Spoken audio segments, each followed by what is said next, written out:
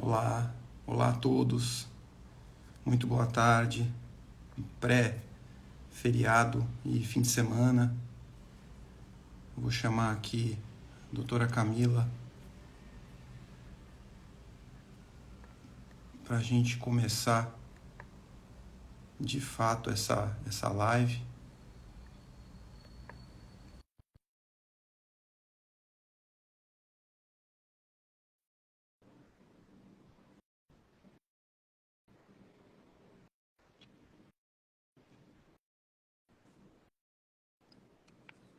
Olá, olá. Olá, Oi, Camila. Edu. Tudo bem? Tudo Tô ótimo. bem. Tudo bem, graças a Deus. Estou esperando que ainda o pessoal está entrando, tá? Eu acho que os primeiros 5 minutos a gente tem um pouquinho de paciência, mas assim, eu espero que tenha bastante gente, assim. Essa live eu acho que a gente vai conseguir levar informação para muita gente. A gente já está chegando em 10 pessoas aí, mas eu espero que chegue muito mais. E quero, assim, primeiro de tudo, te agradecer pelo seu tempo, pela sua presença aqui, porque a gente sabe, e eu vi que você deu várias entrevistas e que o seu tempo, assim, de todos, mas o seu é muito precioso pelo trabalho que você faz aí com a equipe lá no HC e com o trabalho da Caliandra, que não só atinge o HC, mas outras comunidades e outras empresas, né, do ponto de vista coletivo, que é um trabalho muito legal e que, assim, eu ainda faço um trabalho, vamos dizer assim, bastante humano, tanto quanto você, nesse sentido de humanismo, de fazer, querer fazer o bem ao próximo, mas você impacta e atinge muitas pessoas e consegue fazer isso com uma equipe muito grande e de uma forma online, também, né, digital. Então, isso é muito legal, você levar esse trabalho. Eu admiro e estou muito feliz de estar aqui com você hoje. A gente já tem 15 pessoas aí, agradeço todo mundo que está participando. Acho que muito mais pessoas virão e irão ver também essa live. Acho que a gente tem muita informação para acrescentar e para levar as pessoas aí, que acho que informação é o princípio de tudo que a gente pode acrescentar, inclusive tanto do ponto de vista cardiovascular quanto do ponto de vista de transtorno mental, a gente pode levar isso. Levando informação, a gente ajuda muita gente. Né? Uhum. E, Obrigada. pessoal, além de, Obrigada imagina, pela apresentação, Edu. E você é um grande cardiologista e eu adoro as interfaces que a clínica, que outras clínicas fazem com a saúde mental. Acho elas super importantes, relevantes. A gente tem pensado, né, os pacientes com algum sofrimento emocional, tendo outras morbidades, como artigos recentes do nosso grupo, lá no Instituto de Psiquiatria de Multimorbidade. Os artigos de multimorbidade têm sido muito importantes aí para pensarmos o indivíduo em sofrimento, inflamando, né, tendo outras repercussões no corpo, que não apenas no, como se pensava, né, um emocional em dicotomia aí com o corpo. Então, vamos falar e falo com muito prazer desse assunto e com alguém tão querido como você. muito obrigado. Você também. Assim, quero pedir às pessoas que já estão aqui, quem for entrando, que também compartilhe, clique aí no coraçãozinho, envie, clique no papel, no avião de papel que tem aqui embaixo para enviar, inclusive depois também da live, porque a gente pode levar essa informação para muito mais pessoas. É assim, a gente existe uma estreita correlação entre a cardio e a psiquiatria. Né? Quando a gente fala em transtornos ansiosos, quando a gente fala em estresse, em depressão, existe uma estreita correlação, não só de relacionada a sintoma, mas também a risco. Uhum. Então, assim, tudo bem, eu poderia falar uma série de relações. Por exemplo, na insuficiência cardíaca, 30% dos pacientes são deprimidos. Mas aí o que acontece? Eles não comem direito, eles não têm vontade de caminhar, não têm vontade de se cuidar, e a coisa degringola e piora. Então, Uhum. na crise ansiosa, mesmo na ansiedade de uma forma geral, mas aquelas ansiedades que acontecem de uma maneira exacerbada, nas síndromes ansiosas, isso também aumenta o risco cardiovascular, pelo que eu vi, em torno de 30%. Então, acho que varia de acordo com o trabalho, mas, por exemplo, eu vi um outro trabalho em que, num curso que eu estou fazendo de Harvard online, em que eles citam um trabalho de reabilitação cardiovascular e que tem um grupo que faz a reabilitação, que são pacientes cardiopatas, e tem um outro que faz a reabilitação mais técnicas de controle controle e manejo do estresse. Ao final desse trabalho, foi visto que houve uma redução de 15% de desfechos duros, como mortalidade, infarto, internação.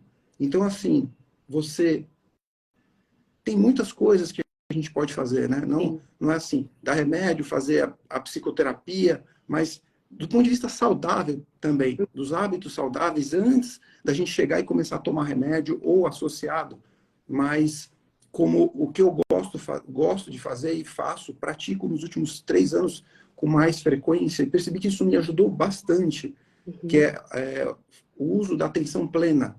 No caso, tem várias técnicas, mas eu uso a meditação. Então, eu faço aproximadamente 20 minutos por dia nos últimos 3 anos. Isso me influenciou para eu ter menos picos de estresse ou de reação exacerbada. Influenciou para eu conseguir ter uma maior visão e tomar decisões mais claras, ter parece um estado basal um pouco mais calmo, que até pelo que eu estudei, a gente melhora ou aumenta a espessura, vamos dizer assim, do córtex, da parte esquerda do cérebro à frente, né, pré-frontal que a gente fala, e a gente melhora essa capacidade de memória e de atenção pela meditação e pelas práticas de atenção plena. Então, assim, eu não estou querendo chover no molhado e falar que é importante esse trabalho relacionado ao cuidado da ansiedade, para a prevenção da depressão e tudo mais. É que realmente é muito importante e ajuda muito no dia a dia. Não só diminui o risco cardiovascular. E aí eu queria, para a gente dar o pontapé inicial, começar com uma provocação. Assim, para quebrar o gelo, vamos dizer assim. E que a gente, por exemplo, chega um paciente no pronto-socorro e o paciente tem todo aquele sintoma de infarto. Dor no peito, suor frio, extremidades frias, palpitação, falta de ar.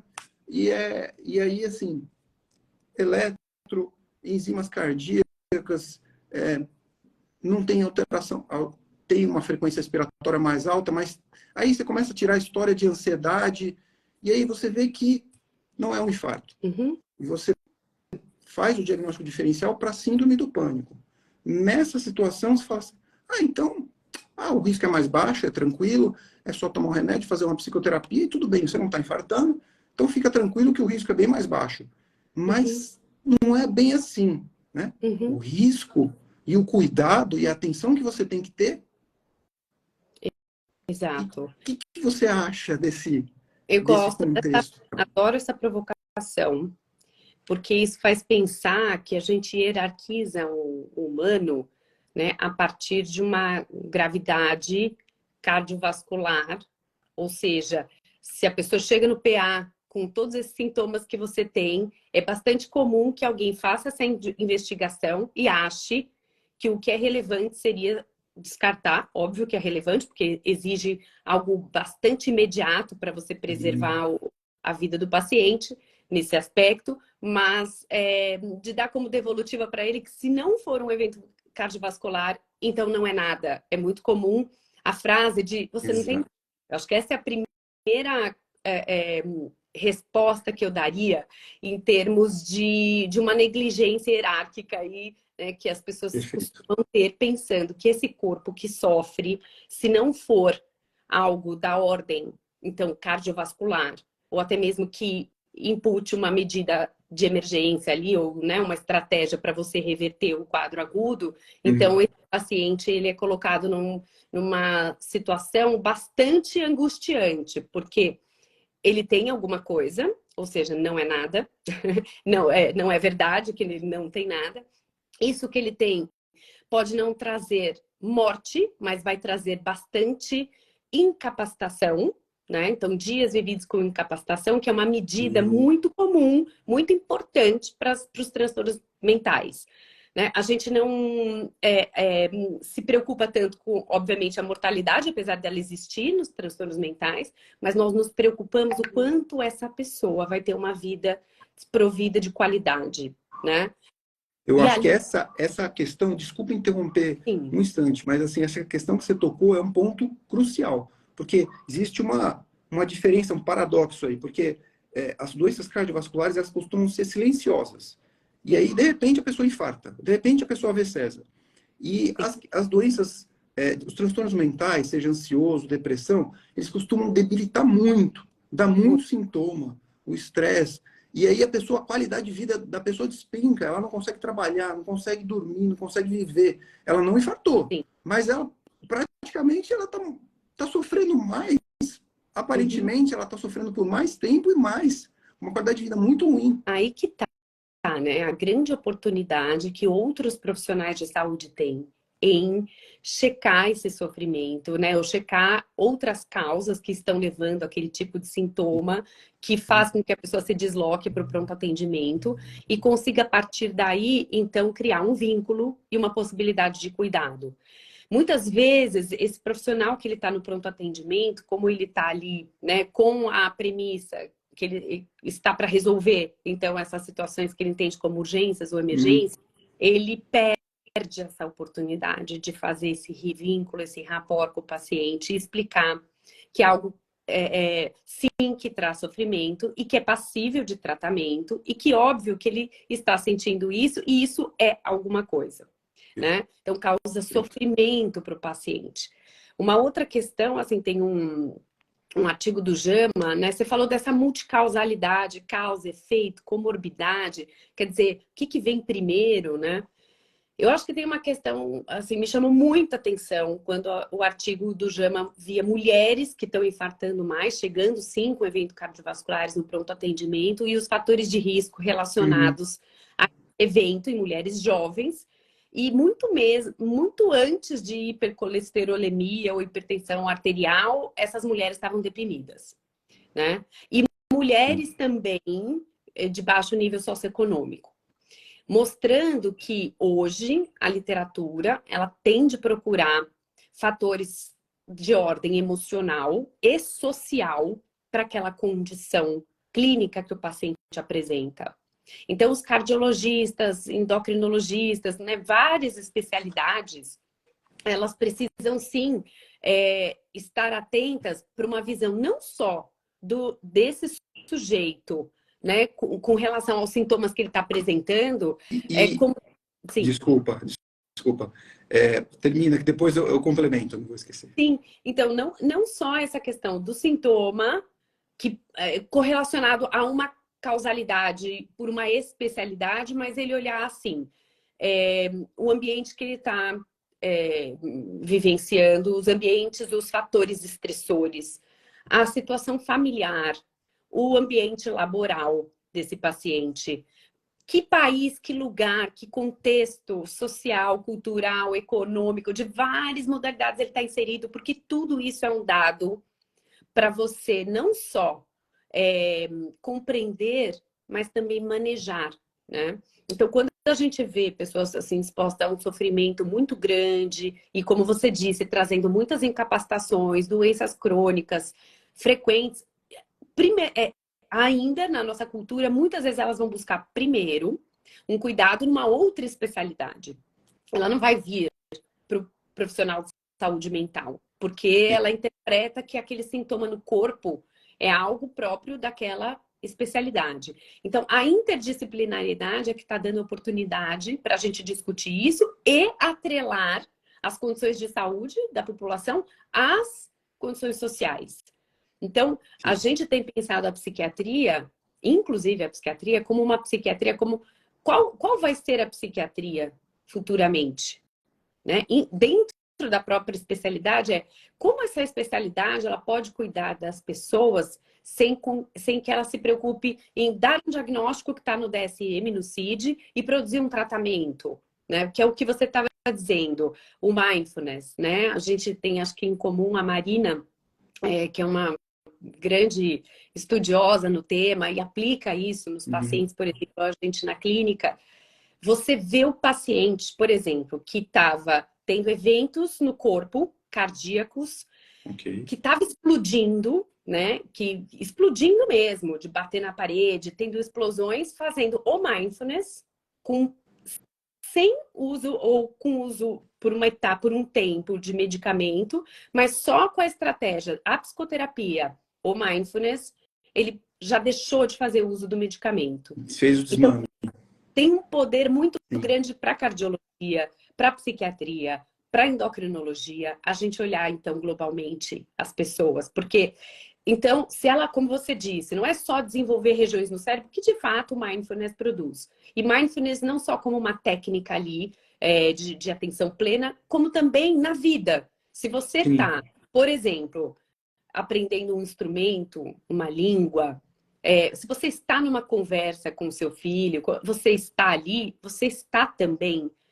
né, olhando para como você está falando, a sua respiração, você está plenamente naquela situação. Hoje um momento, né, um período da vida bastante complexo em que as pessoas estão, de fato, muito ansiosas, tendo esses sintomas no corpo, que você está dizendo, né, e sempre reagindo à vida como se ela estivesse diante de muitos estressores, urgências, né, angústias, e isso está adoecendo em muitas pessoas, né? Várias inflamações, dores de cabeça, mal-estar gástrico. Se a gente for listar, né, todas as manifestações no corpo relacionadas à parte emocional das pessoas, isso tem sido absolutamente discutido como algo que a gente tem de prestar atenção. Nós não vamos encaixar todo mundo num diagnóstico. A gente precisa criar essa crítica, né, para um melhor equilíbrio da mente e do corpo. Sim, sim, exato. Esse exemplo que você falou, assim, trazendo a interdisciplinaridade até entre as especialidades, eu acho que é uma coisa que eu me preocupo de usar e de tentar interagir, mostrar a importância para o paciente do psiquiatra, do psicólogo e o porquê ele vai ajudar, não só simplesmente prescrever um antidepressivo, um estabilizador de humor, né? Mas sim explicar o contexto para favorecer a aderência, para ele ir de fato ao colega e para a gente ter essa conversa. E aí entra na outra questão que você falou, não só a questão de tratar, entender a doença, os sinais e sintomas, do ponto de vista de fator de risco de sangue, processo inflamatório nos vasos, ou de imagem, mas que a parte do estresse, ansiedade, depressão, também gera processos inflamatórios e que às vezes incipiente está bem no início, que você não percebe do ponto de vista de algum exame, né? Muitas vezes você não tem um exame tão sensível ou não fez aquele exame que é tão sensível e o paciente já está sofrendo, até para fazer, tem problemas, por exemplo, vasculares, que ele faz espasmo, ele não tem aparentemente nenhuma lesão, nenhuma placa de gordura, de ateroma que a gente fala. Então, eu tenho até um caso... Exatamente. Né? E eu tenho um caso familiar que, assim, uma das coisas que também me estimula para estudar, e tanto para fazer cardio, quanto para estudar essa parte de estresse, ansiedade, que eu também gosto, também acho interessante e importante, da minha família. Porque, por exemplo, meu pai, quando ele infartou muito cedo, com 45 anos. E ele trabalhou numa situação de muito estresse. Foi algo em torno de 1,5 décadas que ele trabalhou em banco como gerente de analista de sistema.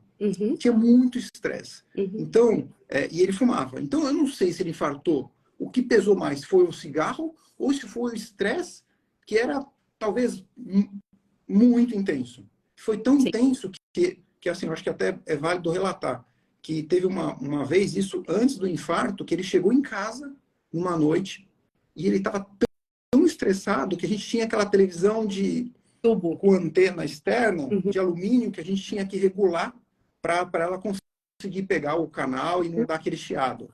E ele não conseguiu, mas ele não pensou duas vezes. Foi na primeira para a segunda vez, ele não deu certo, ele pegou aquela antena e deu um nó naquela antena de Uhum. alumínio. Agora, você imagina isso na frente. Eu era adolescente, meu irmão um pouco menor, que tinha acabado de chegar do trabalho. Imagina Uhum. o nível de estresse que ele estava sofrendo para Sim. perder o controle dessa forma. A gente Então, eu acho que isso fica marcado para a gente, até está para o voltando, aprendizado.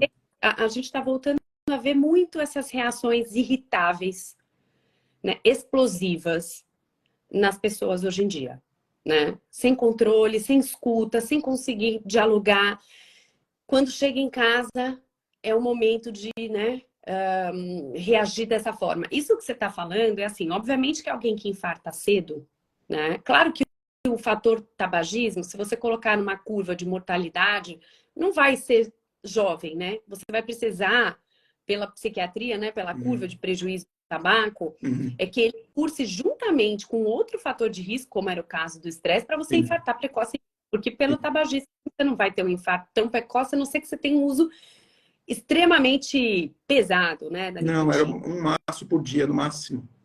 E agora a gente está, né, com os vapers e mais o estresse, as pessoas levando uma vida em que elas entendem que que esse movimento de resolver problemas, de ficar muito tempo ligado às questões do trabalho, estão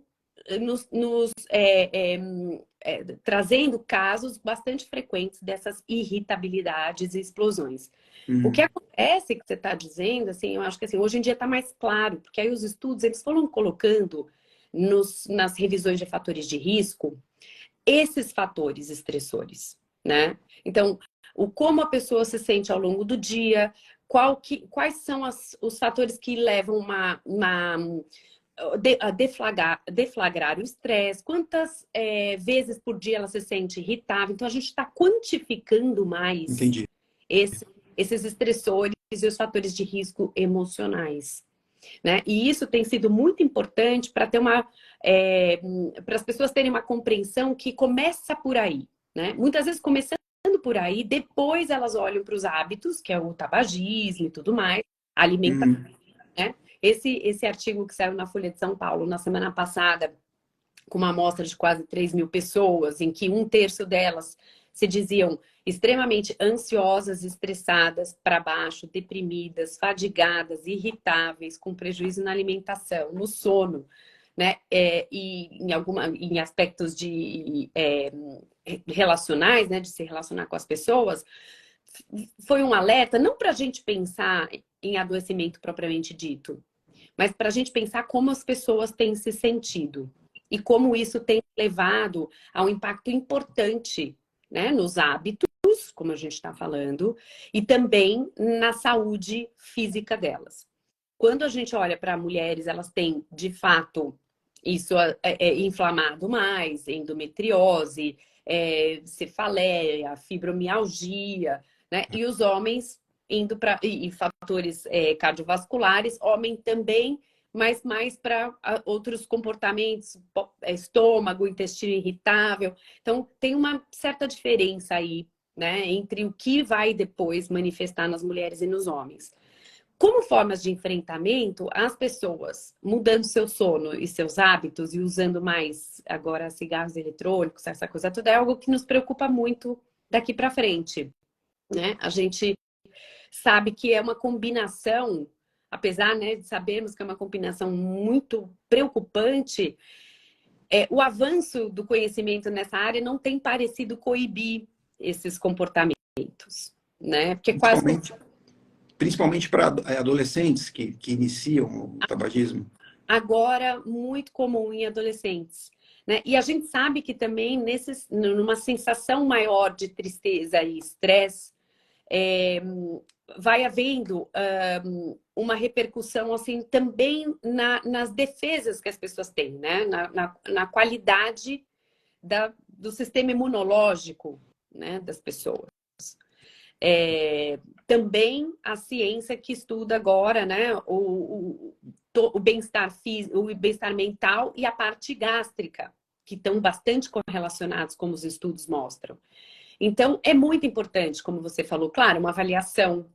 Quando o medicamento ele é necessário, ele faz uma mudança, é como você disse, ele não vai ser ela não vai ser a única ferramenta, mas vai ser uma ferramenta importante para que as pessoas possam diminuir sintomas e começarem a se engajar no tratamento, porque o sintoma traz muito sofrimento, né? Então, aquele sintoma presente, mal-estar, aquele sono superficial que as pessoas estão relatando, né? Eu estava com a Paula Pena, nossa amiga querida, super neuro aí, que estuda muito essa questão do sono e tal, estava dizendo, né, o quanto isso interfere, um sono desajustado vai interferir na defesa, na forma com que as pessoas vão conseguir planejar a estabilidade do seu dia, né? Então, óbvio, não tem como alguém melhorar se na hora dela enfrentar o problema, ela encontra paliativos. Ela pega e fica mais no celular, ela encontra paliativos ou anestesias para isso, né? Ah, eu tô muito estressado, sabe de uma coisa? Deixa eu ficar aqui no celular. Deixa eu ficar na rede social. E aí, quando ela está na rede social, ela está criando muitas vezes mais angústia ainda, porque ela está comparando a vida dela à vida que não é real, que muitas pessoas exprimem nessas redes e tudo mais. Eu não E ela sei, fica estressada. eu não sei o que você pensa, mas eu até assisti o Neurotalks, né, da Ana Paula, nossa colega, que eu também gosto muito e tem muito carinho por ela. Que, assim, que eu vejo é que as pessoas elas não conseguem dizer não a muitas coisas. E o que é realmente prioridade e urgência? Então, elas urgenciam várias coisas no dia a dia, dizem que não tem tempo, não conseguem dizer não porque realmente é prioridade, não conseguem priorizar o tempo delas, da saúde delas primeiro, para conseguir render muito bem no trabalho e curtir a família. Então, assim, hoje em dia, o que eu vejo, por exemplo, em relação. Eu vejo a questão do medicamento, eu vejo um uso exagerado de alguns medicamentos, assim, sem. Não adequado, vamos dizer assim. Sim. Então, por exemplo, Nossa. na questão da obesidade, o paciente, ele tentou por 2 anos, ele tentou com uma equipe multidisciplinar, o cardio, a psiquiatra, o psicólogo, o nutricionista, ele tentou, ele iniciou uma atividade com uma dieta, com um controle do sono, ele iniciou tudo isso, ele tentou mais de uma vez, Mas aí ele foi refratário, ou ele chegou lá e tomou um remedinho e perdeu 20% do peso. Aí aí estou a controlado. vida, né? Que a psiquiatria tem estudado também. A vida tem sido patologizada e medicalizada. Exato, Porque é uma exato. forma, né, que a gente está num sistema, numa cultura. Eu não culpabilizo só e tento raciocinar muito que as pessoas também são reféns de um sistema bastante perverso, em que o trabalho, ao mesmo tempo que ele diz, eu quero pessoas que cuidem da sua saúde mental, que elas se sintam bem, que elas produzam, mas ao mesmo tempo, será que o trabalho pensa hoje a forma com que essas pessoas, será que é justo o tempo que elas estão dedicadas ao trabalho? Será que as equipes estão adequadas? Será que o que eu exijo das pessoas é coerente com aquilo que ela pode me entregar? Né? Tem uma série de coisas que são perversas nesse meio, que qualquer coisa é uma ameaça para as pessoas perderem essa condição de trabalho. Sim. O país que a gente vive não dá condições para as pessoas se sentirem seguras, progredirem, se capacitarem, viverem em ambientes não tóxicos de trabalho, terem lideranças que sofrem muito também, Sim, que são pressão enorme, com o excesso de trabalho, né? Principalmente o excesso de trabalho. Então, as pessoas, quando elas vêm, elas já estão sendo bombardeadas por eu preciso de um diagnóstico, eu preciso de um tratamento, e rápido, porque essa agilidade, até para o cuidado, para o bem-estar, para a saúde, ela tem sido pedida e exigida. E é mais um estresse para as pessoas. Então, eu digo isso porque tem uma questão da nossa cultura, tem uma questão de múltiplas inseguranças, né, que a gente vivencia hoje, Sim. né, que o jovem vivencia e que talvez voltar, como você está dizendo, a essa tentativa, mas atrelado a algo que não faça com que a pessoa se culpabilize unicamente, Que né? mantém a autoestima da pessoa, né? Essa coisa do você consegue, faça, trabalhe você mesmo. Isso é extremamente perverso, né? Seja empreendedor de si mesmo. Todo esse discurso, né? Ele é muito perverso. Então a gente tem que pensar o que eu estou comprando, né? Qual valor eu estou retornando? Muitas vezes, assim, a gente tem que se perguntar, como você disse, no trabalho, qual é o nível de estresse necessário para eu depositar aqui e realizar meu trabalho? Porque não pode ser o tempo todo, todos os dias. Ninguém sobrevive a isso. Ou 14 horas, 15 horas por dia com uma pressão intensa, sem um descanso, né? E assim, sendo ativado pelo celular, pelo WhatsApp, em outros Sim, momentos. essa exigência, né? Olha, eu te mandei, você não me respondeu. O que é isso? Que invasão é essa, né? Porque o teu WhatsApp é uma porta aberta da tua casa. Entra uma pessoa, te passa um recado, sai, entra outra. Então, assim, outro dia eu fui tentar responder, eu tinha mais de 100 mensagens. Porque, assim, eu tô atendendo o paciente, então minha atenção é plena. Eu estou ali, atendi um paciente, o outro já vai entrar, e aí depois tem outro, aí eu tenho meu almoço. Então, por ali vão ficar horas sem eu poder olhar meu celular, né? Se for uma urgência, como é no passado, a gente entendia a urgência, liga no consultório e tal. E eu estava pensando, quando eu fui ver as mensagens, falei, não vou nem me estressar com isso, eu vou aos poucos, né? No dia seguinte, algumas pessoas diziam, mas você não me respondeu, você não viu minha mensagem? Olha, fiquei sem remédio. Então, é uma velocidade, né? Em que você é exigido, se você for cumprir com aquilo, Cobrado. nem o e-mail as pessoas querem ver, porque tem a barreira do clicar no e-mail, né? Sim. E o seu WhatsApp já chegou. Então, esse modo de vida não dá. Não tem como não infartar. Quando você disse daquele modelo de trabalho no passado, né? Que um chefe de um setor, como era o teu pai, de análise de sistemas e com aquela velocidade toda, hoje são outros trabalhos com essas mesmas velocidades, mas a pessoa tem que se perguntar: como eu estou diante desse trabalho? Né? Qual é o limite dessa relação minha com o trabalho? Será que eu tenho uma porta para dialogar com isso? Porque eu não posso viver em estresse o tempo todo para eu realizar uma entrega. Ninguém ganha com isso. Então, a lógica hoje em dia, o OMS colocou isso como uma prioridade, o trabalho como um local prioritário para o cuidado de saúde mental, é porque o trabalho é uma oportunidade enorme para adequação de cultura. Sim. Ninguém com isso. Ninguém.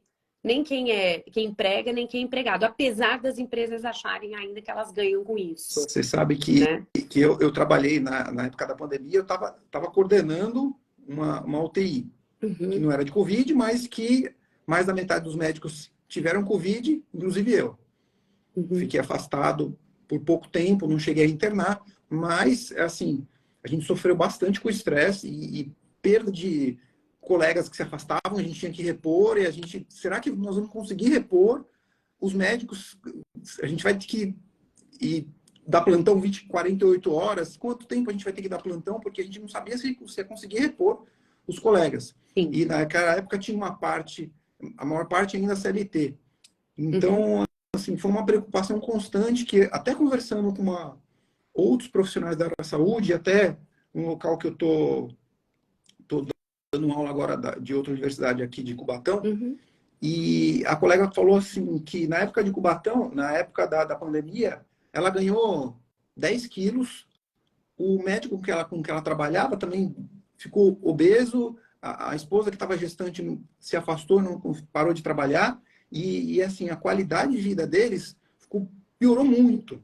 E não foi só deles, nem só a minha, com as questões dos plantões, mas assim, às vezes a gente não consegue perceber, você está ali absorto naquele problema, no dia a dia, você não para pensar e não tem alguém que você fala assim, olha, acorda, você precisa pedir ajuda, você também precisa de um tempo para você, senão você também vai infartar, você vai atingir um grau de obesidade muito importante, fazer diabetes, e aí você não lembra, você não tem a consciência como a atenção plena traz, ou quando alguém percebe e fala, meu, você precisa de ajuda, você não tem essa consciência de pensar e pedir ajuda, que você precisa de ajuda, porque você acha que é normal todo mundo estar numa situação muito estressante e que um colega fazer 48 horas, 48, 72 horas, sair de um hospital e ir para o outro, fazer Sim. mais 24, que isso é aceitável. É assim, Eu, tinha eu, colegas que não tinham eu limite. acho esse teu exemplo muito bom, porque parece que ele é circunscrito à Covid, mas ele é muito real quando a gente faz programa de liderança ou SOS de atendimento psiquiátrico online nas empresas. Por que que eu te falo isso? Na época da Covid, a Caliandra atuou junto ao Sírio-Libanês no cuidado das equipes de saúde, né? Por conta do estresse, né? Do como que eles iriam lidar, é, tendo de trabalhar mais, lidar com a morte, ficar com medo de ter o Covid, de passar para a família, eram muitas inseguranças. E naquele cenário, o que que a gente fez? Criou esses espaços que você falou, necessários para diálogo, para repensar a estrutura e a conduta. Então, por exemplo, o médico costuma dar plantão 3 vezes por semana aqui. Sim, mas não é um plantão convencional mais. É um plantão em que ele vai estar sendo extremamente demandado. Será que ele dá conta? Aí quando a gente conversava com os médicos, o quanto você acha que você dá conta? E ele dizia, um plantão. Então tá. Então aí foi sendo ajustado, né? Esse trabalho, ele é feito a partir desse diálogo, né? Entendi. Então você vai ajustando. O plantão, o descanso não podia ser mais de 48 horas, tinha que ser muito maior. As equipes de saúde eram perguntadas, né? Qual está sendo a sua maior angústia? Porque eu tenho alguém na família, então essa pessoa era ajudada a ser protegida para o pós-plantão. Então, foram várias medidas. Mas isso a gente aprendeu muito, porque isso é feito hoje em dia, num treinamento, seja de liderança, ou para você reconhecer um estresse e poder ou qualquer situação que esteja trazendo mal-estar para as pessoas, elas estejam adoecendo, e você produzir adequações junto das pessoas, ou seja, não é um modelo de cima para baixo. Você precisa. As pessoas têm muito medo de ouvir queixa da equipe de trabalho, achando que as pessoas vão simplesmente fazer exigência e tal. Isso é uma falácia, é um erro. Geralmente, quando há essa possibilidade de troca, o que a pessoa precisa ou quer é simplesmente continuar trabalhando com Uhum. uma melhora na adequação das coisas para que ela possa comer melhor, para que ela possa dormir bem, para que ela possa prosseguir no trabalho, produzindo e mais contente. E não simplesmente abre-se uma janela para queixas e eu terei de me adaptar a elas. Né? Sim, e não ter crise de enxaqueca, não ter crise de gastrite ou coisa assim, porque o profissional da saúde também tem essas crises, né?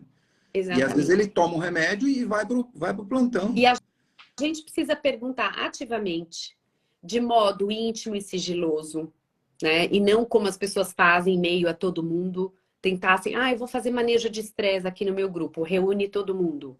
Não, porque muitas vezes quem gera um estresse para você pode ser até o seu líder direto, pode ser alguém que, que não saiba manejar sua própria condição de saúde, quanto mais a condição de saúde do outro. Então, tudo isso precisa ser muito rastreado. As pessoas precisam ter esse espaço garantido, saber se ser perguntado. Às vezes essa pergunta, Edu, ela é muito simples, né? E você também pode mostrar o que você observa. Então, por exemplo, se você chega para a pessoa e fala, olha, abrir uma comunicação de saúde mental é perguntar como você está. Parece algo ridículo, né? Mas numa família, num casal, todos os estudos de terapia de casal e de problemas de um casal, ele é pautado nas dificuldades que as pessoas têm de se comunicar e apontar para o outro aquilo que a preocupa ou a incomoda, mas com a intenção de ouvir o outro. Uhum. né? Então, essa prática da comunicação para manejo de estresse, ela é extremamente relevante, apesar de ser algo que as pessoas dizem, claro, sim, mas será que... Então, eu tinha uma funcionária na época da Covid, super jovem, que eu adoro, que está comigo há muitos anos, e que eu comecei a notar. Quando ela foi para casa, era um estresse, porque ela tinha que trabalhar em meio à família. Mudou completamente a rotina, a alimentação, uma série de coisas. E ela, bem jovem, com 30 e pouquinhos anos, infartou. Então, claro que teve a questão da Covid, mas ganhou muito peso. Para ela, ela fala, foi muito difícil. Era uma época difícil desse convívio com família e tal, tal, tal. E a gente conversou. Como que foi que eu consegui ajudá-la?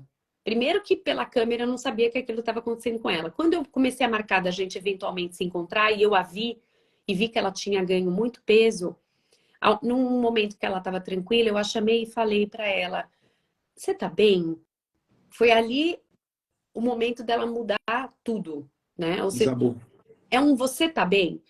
Porque eu sou a pessoa que tô ali, que tenho que cuidar, né, de mim e de quem cuida dos demais, é, que abriu uma porta para ela falar: nossa, eu não tô conseguindo conter minha ansiedade, tô comendo, ganhei peso, não sei o que, não sei o que lá. E ali ela começa, né, dentro da nossa própria equipe mesmo, a cuidar-se, aqueles mais de 20 quilos que ela tinha perdido, manejar. Então, assim, as pessoas às vezes precisam de ter com quem dialogar, trocar para obter esse tipo de ajuda. O que está acontecendo é esse movimento de um individualismo muito grande, né? Muito grande, e de uma diminuição também dessa possibilidade de troca, das pessoas se colocarem, e dando aí, portanto, uma oportunidade dessa readequação, né? Então, de você apontar algo. Então, isso que você está dizendo, lá no passado, seu pai não teve. Alguém dizer, você está bem? Você não está muito para perder. E eu não tinha todo esse preparo também, né, para informar. Eu consegui ter preparo para cuidar da parte cardiológica depois, mas Sim, já havia uma sequela importante. sim, Nossa, assim, a gente conversou, foram quase 45 minutos sim. e pareceram 3 minutos, eu nem percebi. Foi muito, muito legal e é aquilo que eu pensei, assim, muita informação de qualidade e que a gente, com certeza, assim, como aconteceu em outras lives, que até relacionada a sono também, uma que eu fiz com o Juarez, Uhum. daqui de Santos, teve mais milhares de pessoas viram depois que passou a live. Então, é muito legal levar essa informação para criar essa alerta e criar essa consciência, porque a gente, uma pessoa, não tem tanto poder de impactar, mas a hora que a gente entra no online ou que passa essa informação para mais pessoas, ou por intermédio da Caliandra, naquele sistema que o Ciro Libanês fez, de conseguir olhar mais de cima para perguntar aos profissionais, que eu Uhum. aqui na Baixada, eu não vi esse movimento muito acontecer, eu vi que houve um maior sofrimento e não teve tanto processo de adaptação, mas, e de uma forma geral, acho que aconteceu dessa forma, muita gente sofreu, Uhum. mas eu acho que isso tudo é para a gente aprender e transmitir Tem para que gente. não aconteça tanto de novo. A Paula Tambellini. Obrigado, Isso, Paula. isso é uma boa injeção anti-estresse. Os amigos, É, com vários amigo é coraçõezinhos, assim, fala lindos. muito bacana. Saudade do pessoal. Eu acho assim, agora, só para a gente tentar finalizar, Sim. pensando que essa live vai chegar para muita gente, que vai Uhum. impactar muitas pessoas, o que você deixaria de mensagem para as pessoas, talvez criarem essa consciência ou conseguir chegar em alguém que esteja próximo delas e perguntar se ela está bem, ou fazer mesmo a pessoa criar essa consciência e buscar ajuda em relação a esse contexto todo dessa live que a gente fez aí, unindo coração e mente. Tá. O que você deixaria de mensagem? Edu, eu acho o seguinte. as pessoas não estão tendo tempo ou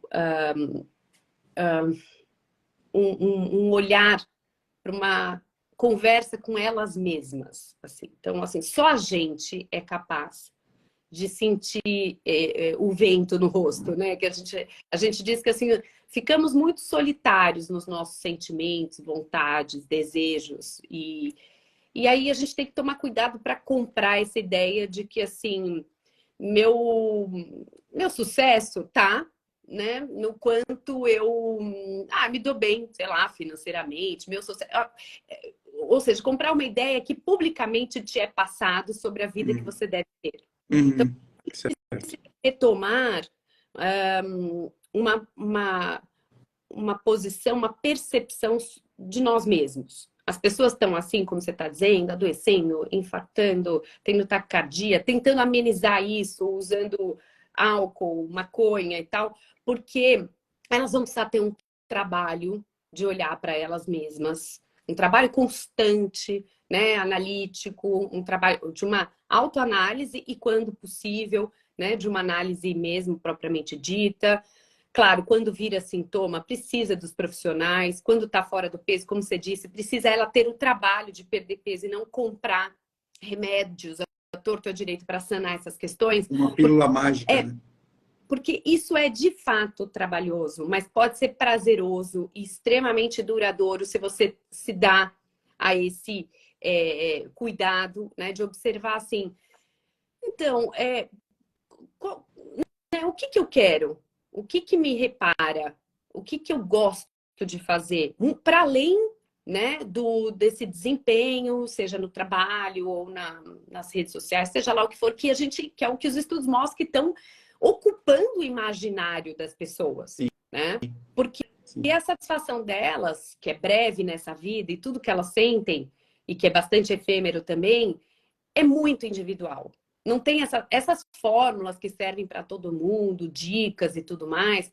A gente tem que tomar cuidado, porque precisamos escutar, né? Nós mesmos, que tem escolhas que a gente pode fazer, tem outros movimentos que não tem como, tem pessoas que têm um emprego que ela pode ter e não que ela deseja ter. Então, a gente tem que ter muito cuidado. Você tem que ter o seu propósito. Eu acho que a gente pode procurar propósito e é maravilhoso, mas nem sempre vai ser no seu trabalho, porque muitas pessoas não podem escolher o trabalho Tem que que elas planejar, pelo menos, né? Tentar têm, né? colocar lá na frente essa perspectiva. E equilibrar, né? Equilibrar a vida. Então, eu acho que a mensagem, assim, é uma missão complexa, né? O estar na vida é uma missão complexa. Os momentos de alegria e tudo mais são momentos, né? A vida é pautada por muita tarefa, muita responsabilidade, coisas desagradáveis e que já diante dessa dificuldade, dessa dureza, né? Que é a gente estar aqui e encarar uma série de coisas, primeiro viver, sobreviver, cuidar da gente, cuidar do outro. Então não dá para gente perder tempo com coisas que não nos preenche, né?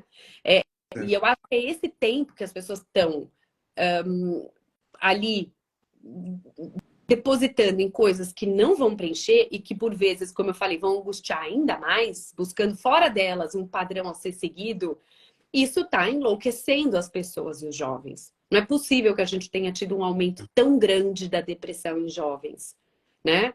É porque essa vida que eles imaginam, ela está muito distante da vida que a gente pode produzir, né? Eles estão, às vezes, protegidos ali, aí quando eles vão para a vida, vocês não contaram para mim que a vida era essa dificuldade, essa dureza. Acho que eu fiquei numa bolha, não é possível, né? Então, desde pequeno, esses enfrentamentos, colaborações, não ter tudo tão fácil, não achar que a vida, assim, que você vai se realizar facilmente e ter uma profissão, assim, muito fácil de ser atingida como, né, eles acham hoje em dia, como, sei lá, influenciador, alguma coisa que está sendo vendido para essa nova geração. Então, é nosso. É um trabalho que começa com cada um de nós e aí precisa voltar, assim, a entender qual é a sua rotina. As pessoas estão muito sem rotina, né? Então, assim, tem uma rotina, a disciplina hábitos. Dá muito trabalho, né? Você manter uma disciplina, mas você precisa saber como vai ser meu dia, que dia eu descanso, que dia eu faço isso. Tem esse planejamento, ele também é importante, né?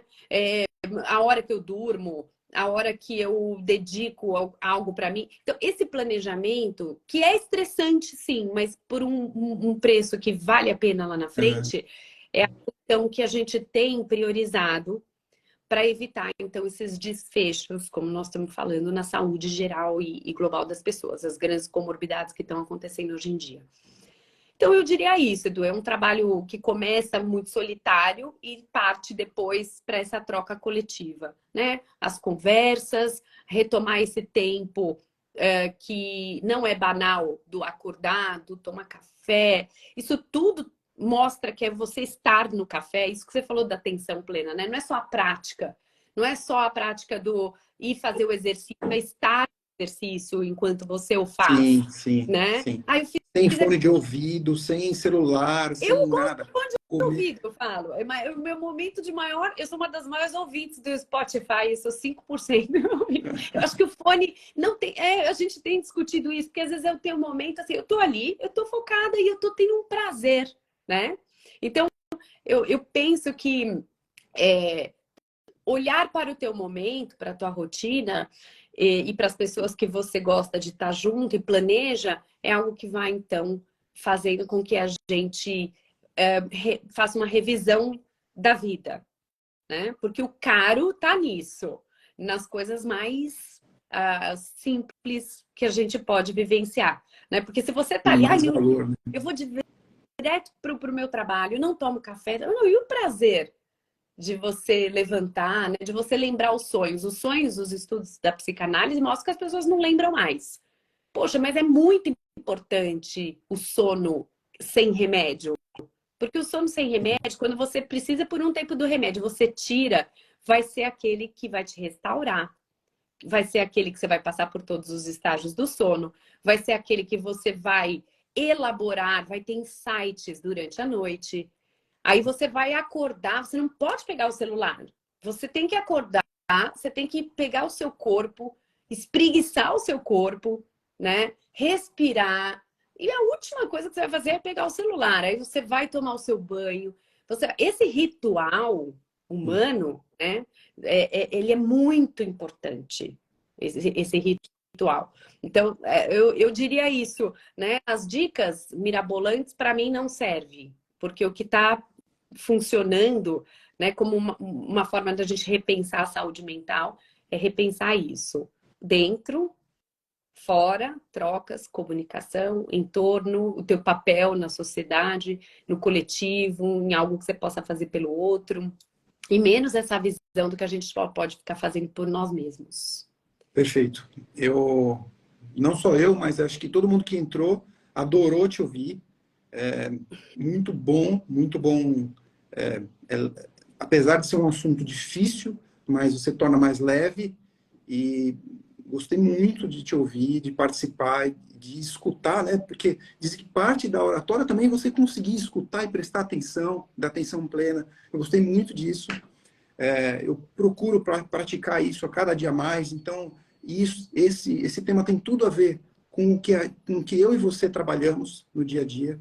Sim. E assim, de novo, te agradecer o seu tempo, o espaço, que eu sei que você também tem 2 filhos, tem uma família linda aí, e que eu também tenho 2 filhas que até lembrando, que eu acho que é importante trazer à tona, lembrando a psiquiatra, acho que é Lia, do curso de estresse, que fechou o curso de estresse do Sim. ISMA Brasil, ela, no final, ela faz uma pequena meditação no YouTube, ao vivo, e fala que no final de você, só o fato de você abraçar, por exemplo, você imaginar abraçando alguém, que pode ser, por exemplo, seu filho, por 20 segundos, você libera ocitocina, É mais... o hormônio do amor, vamos dizer assim, e isso te faz um bem imensurável, né? Então, É, é verdade.